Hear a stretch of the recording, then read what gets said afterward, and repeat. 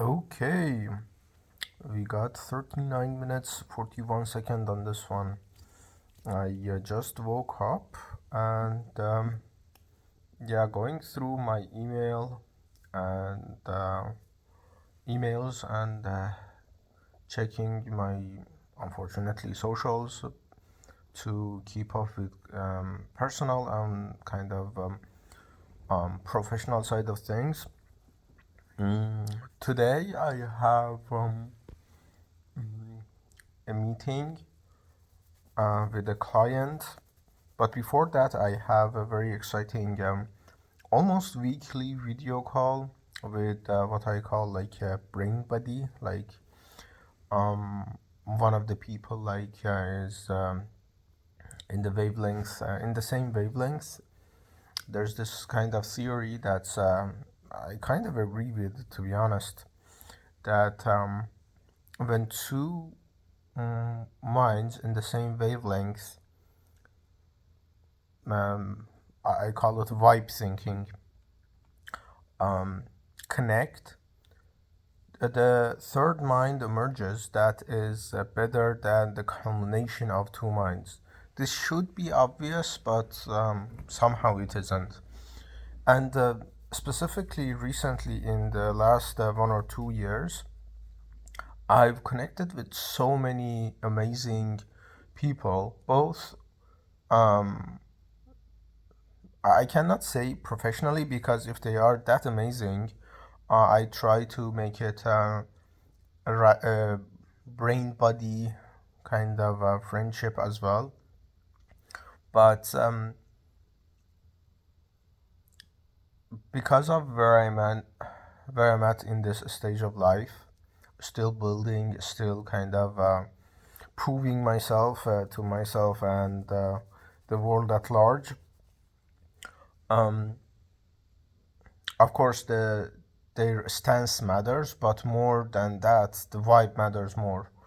Uh, so yeah, that's why uh, I keep connecting with people who hold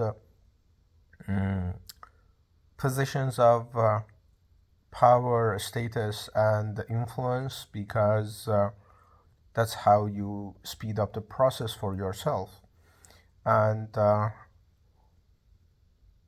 treat them as peers and be treated as peer as well. So what I mean is that, but there's a kind of still a disconnection. I've been in talks and in conversations with people. I keep going back to this, but this is gonna piss me off till the end of the days, to be honest. That yeah, there was this, for instance, there was this woman with 20 bestsellers, and after 5 minutes of talking to her, I was like, I don't see a sentence. I didn't say this, of course, but in my mind, I was like, I don't even see a coherent sentence in your mouth, coming out of your mouth. How are you like having 20 bestsellers? So basically, in my mind, was like, okay, this woman is a kind of interesting person professionally, but I don't equate anything to her personally or professionally because there is no congruency. And the congruency and the identity congruency matters to me most because it builds trust.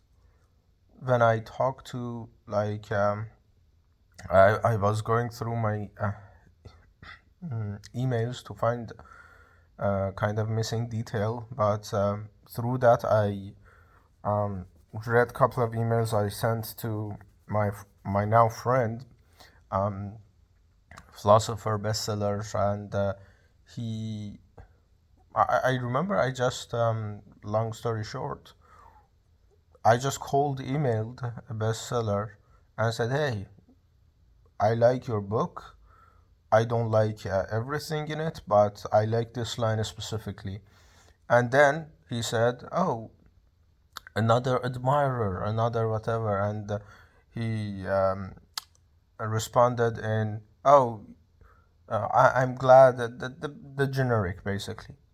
And I was like, are you really gonna engage with literally a scroll analysis of your book that I sent you with, oh, I'm glad, I'm glad you found my book helpful, and you expect me to let you go without actually getting engagement from you? Is it, yeah, I literally got pissed off and said, is it your secretary who's literally writing me? Or are you that kind of oblivious to actual human connection? And we went back and forth with this, and now, yeah, we're kind of brain buddies, as I call it. The same thing has happened so many times through other means with other people as well. But to keep it structured and not be all over the place, um, there is this intent that I always have had, and every single time I have an idea to kind of run it, but something actually like hinders this uh, actual kind of, what is it, um the implement the implementation of it, which is kind of weird, but yeah.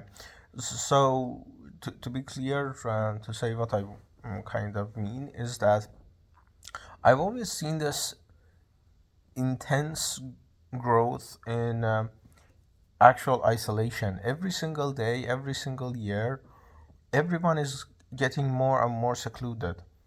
It's either they have people around them that is not their wavelength, so they feel isolated internally, or they literally physically are isolated. And with social media and with all of this kind of bullshit going on, this is getting more and more kind of weird. I had this idea when I was 15 that why not you just have this kind of pyramid effect of having a contest that everyone sends hi to one or two people they know, and everyone just sends hi, have a great day or have a nice day, whatever, to one or two people they know every single day. And this, on a psychological level, not only makes the person feel appreciated for just existing, but also makes them wake up to a message of someone else appreciating their existence. This is very obvious, but actually not happening, because this has been systematized into social obedience that you have to call someone on daily basis. You have to um, like talk to your friends or your parents every single day. This have to ness of kind of this obligation is making the mechanic aspect of this kind of separate from the human aspect of it. It's just like, but when you minimize it and you limit it to a hello, hey, have a great day, and that's it. This cascades onto other people because good feeling has a very interesting kind of mechanism to it. When you're watching a series or video game or whatever, when I was like even 15 or 16, I understood that the maximum enjoyment that you can get from anything is capped at 60, 70, whatever percent, unless you unlock the 30 remaining percent in a community or in sense of connection to the same thing.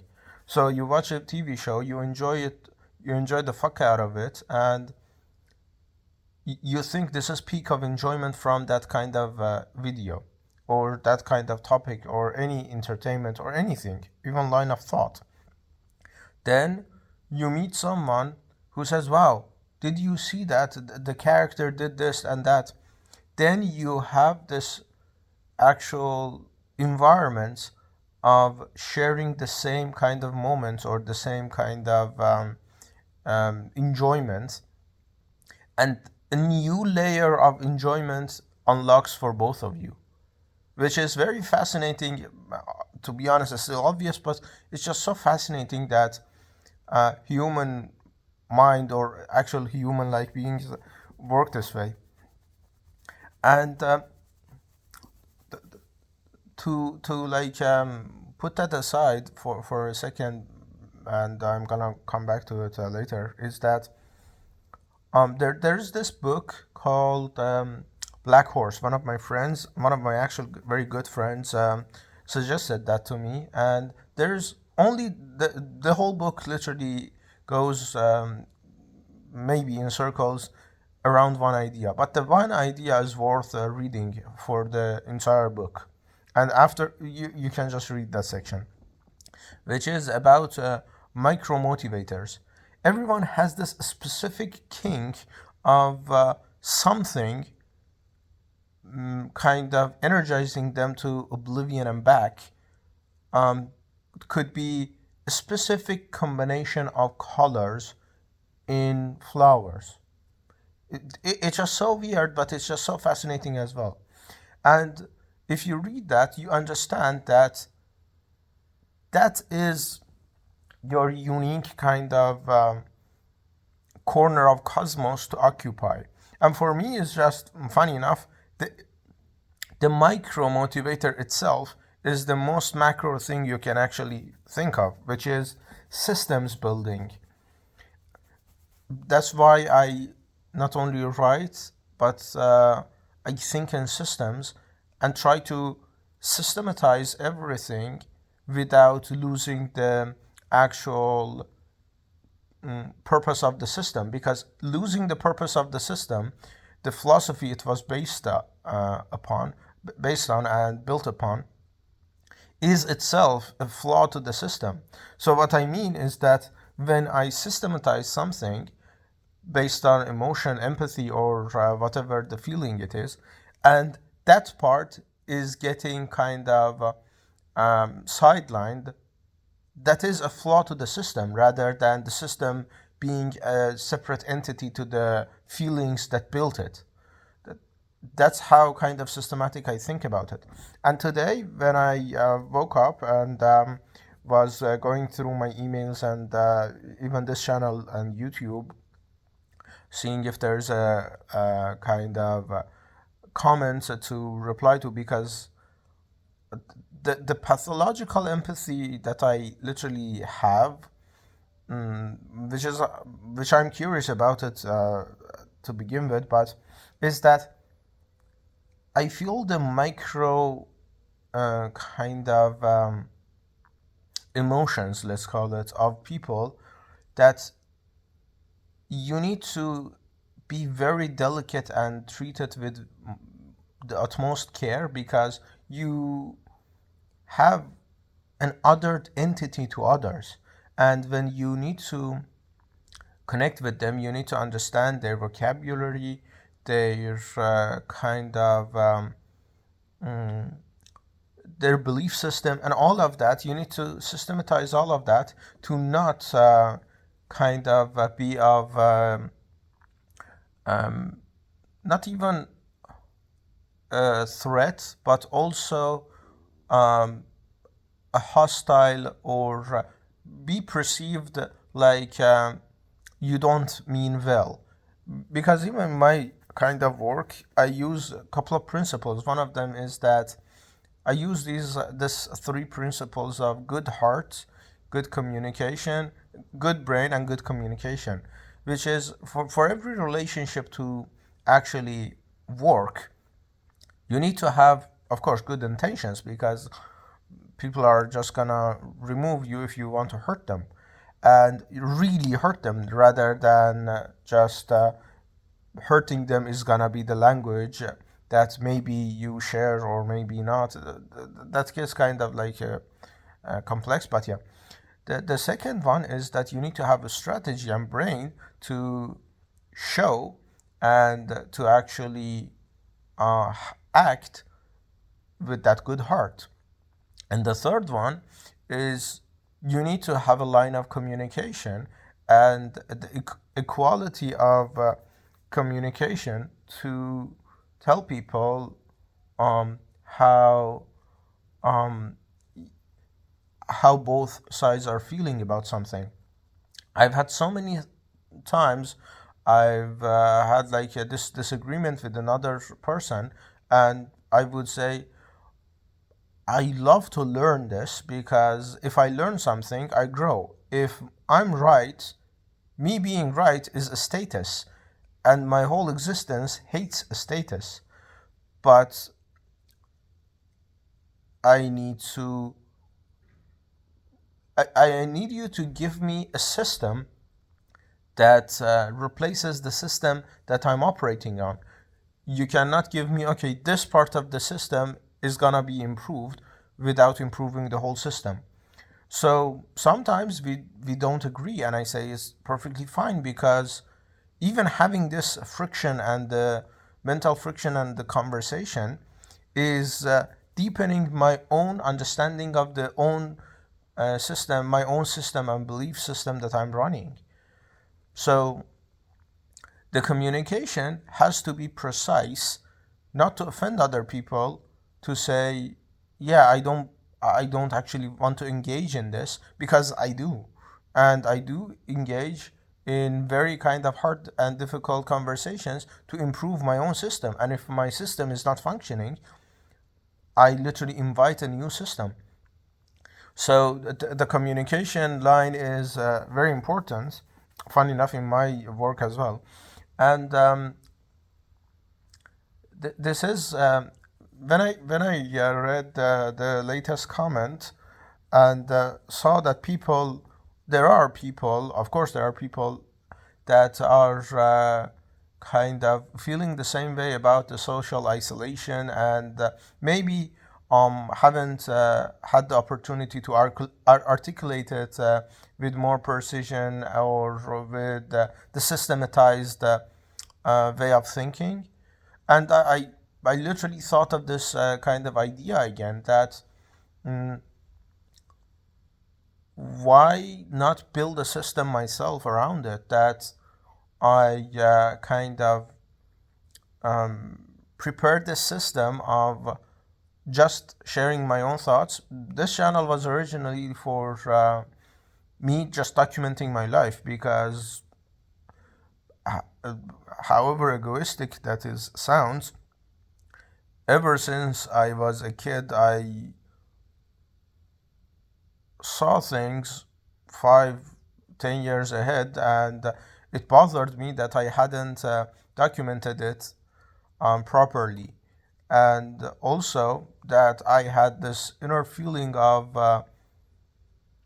my thoughts are worth documenting every stage of my life. And even now, with philosophers, bestsellers, lawyers, and all of these credentialed people on global scale saying, I'm generational or I think this way, that way, it just gives me not more confidence, but gives me the affirmation and the confirmation of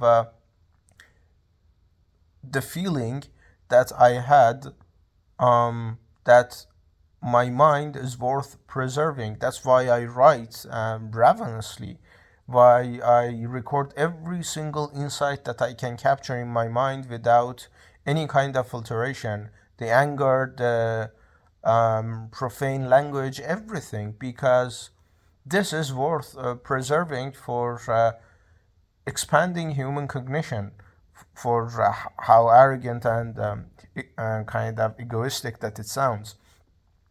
And but now, like seeing that comment that on the kind of on the first kind of glance, uses the same kind of lexicon and vocabulary that shows, okay, this person actually operates in the similar kind of wavelength.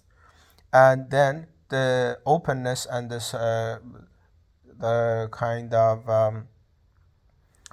um,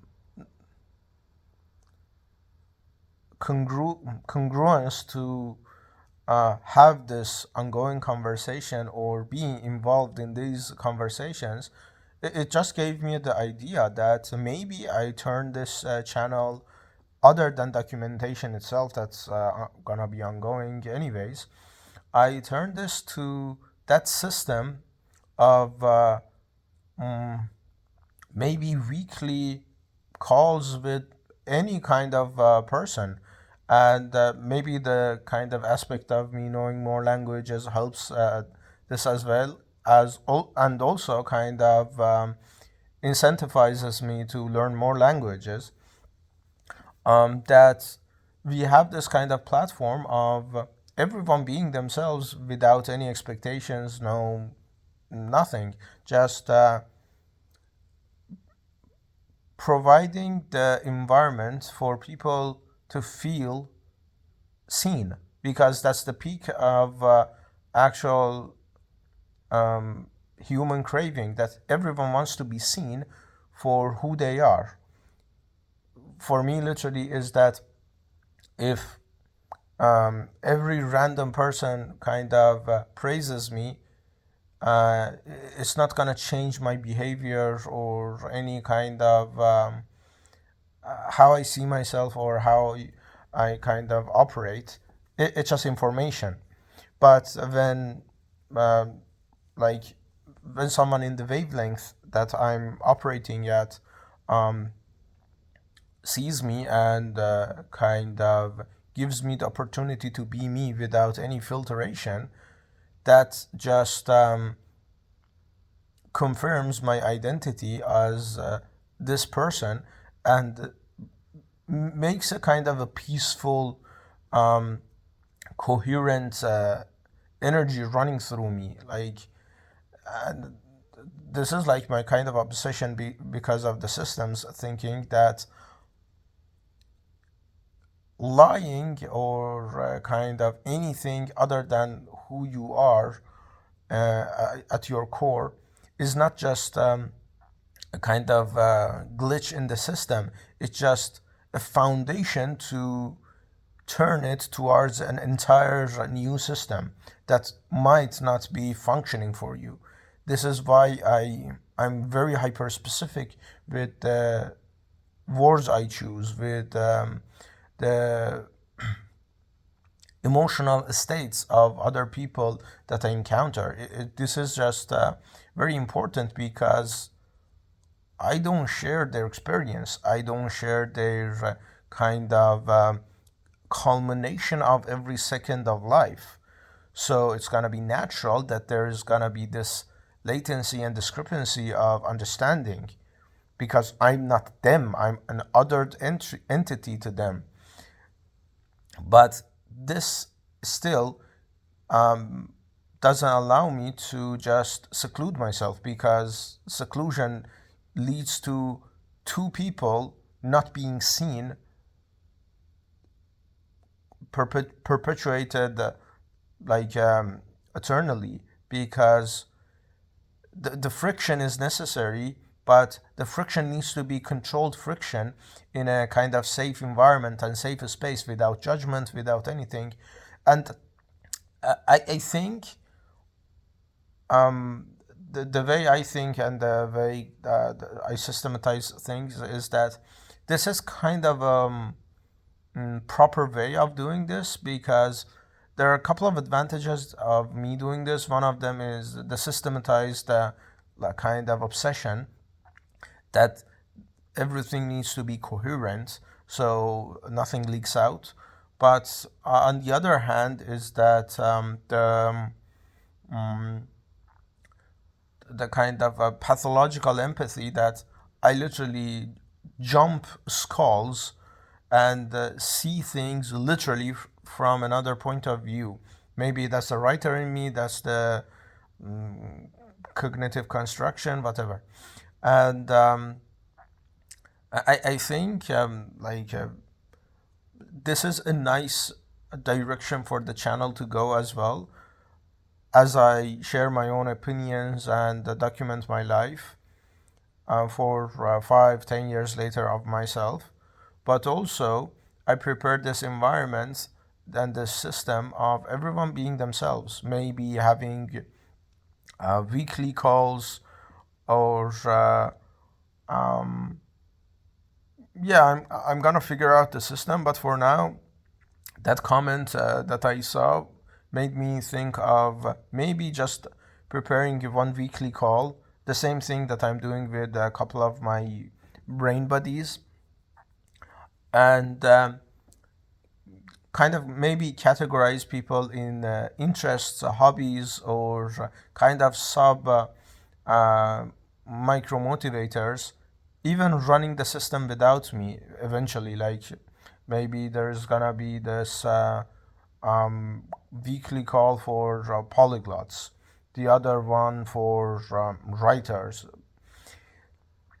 This is kind of obvious, still kind of that's happening maybe around the world, some of these patronage or the Discord thing. But the important thing for me is the presence factor of it, not just a video call weekly for the sake of the video call weekly, but a kind of checkup on the humanity and presence level of each individual, which is very important to me because everyone wants to be seen, and everyone has a cosmology to them that is fascinating to discover, from every kind of background, every kind of every walks of life.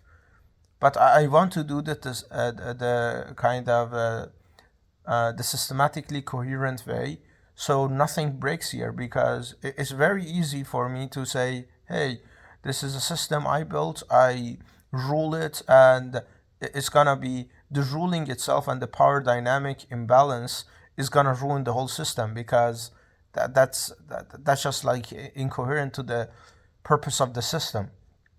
So for now, I'm just gonna keep keep doing whatever I'm doing, and if someone is interested, either individually and eventually kind of on group settings, I think this is a kind of nice start to have just a chat and just a conversation to prepare that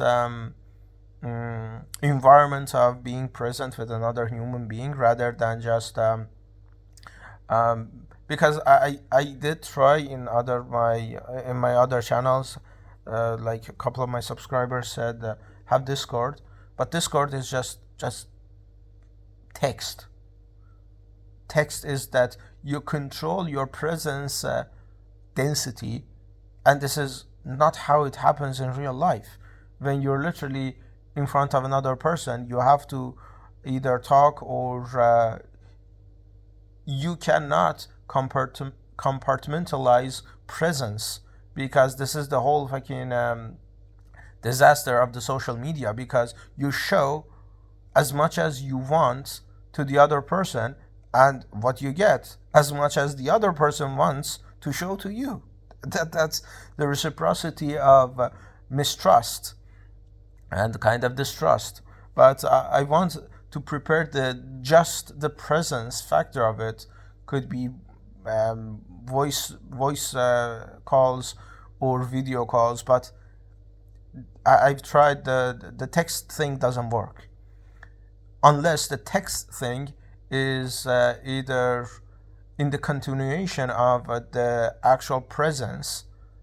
I text all the time with my friends and bestsellers, lawyers, every walks of life, but it's built upon the foundation of being in another's presence, and it's a continuation of that rather than a replacement. This is the core kind of catastrophe of social media, because the form is replacing the actual purpose the form was actually built for. This disconnection of the whole system of how social media, yeah, basically, social media kind of functions, and it's mood based.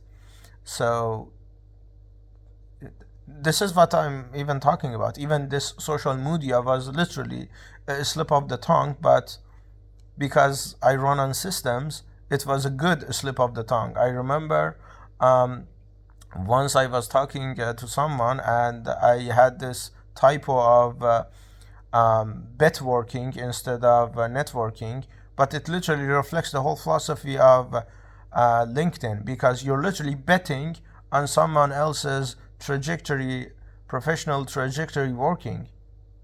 Even so, the typo is systematically coherent with how I think and how I operate, because the more congruent the whole system, the less of even a mistake or a slip is gonna happen inside it, which is so fascinating, because even this social media is the representation of how it is actually functioning, and it was just a slip of the tongue literally just now.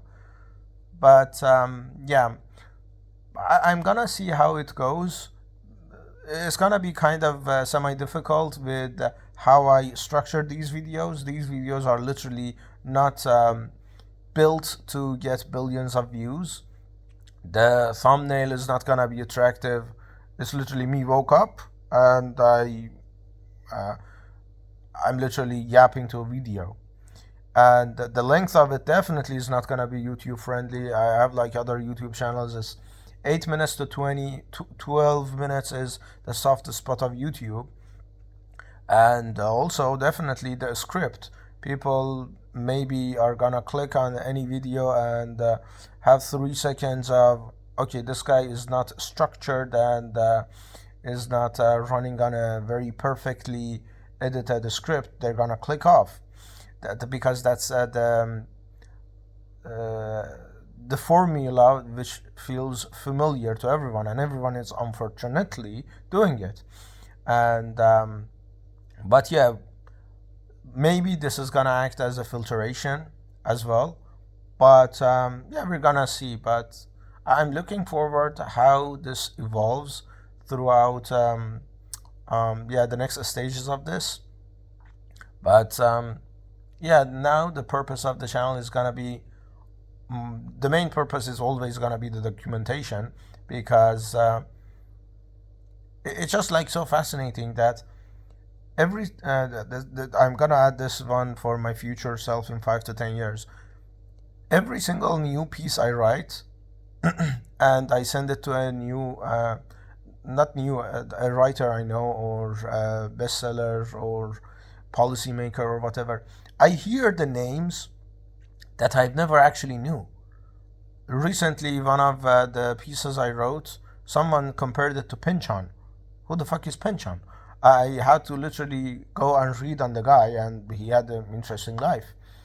And the other one was Cormac McCarthy or whatever, Blood Meridian, someone said, and it was like, who the fuck is, who that?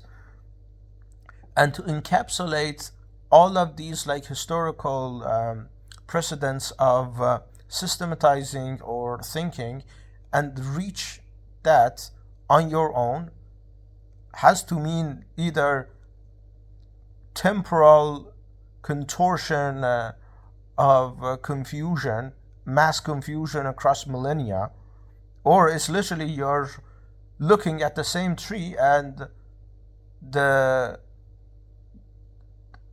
no matter how different the description of the tree, it's the same tree, so there's gonna be overlap.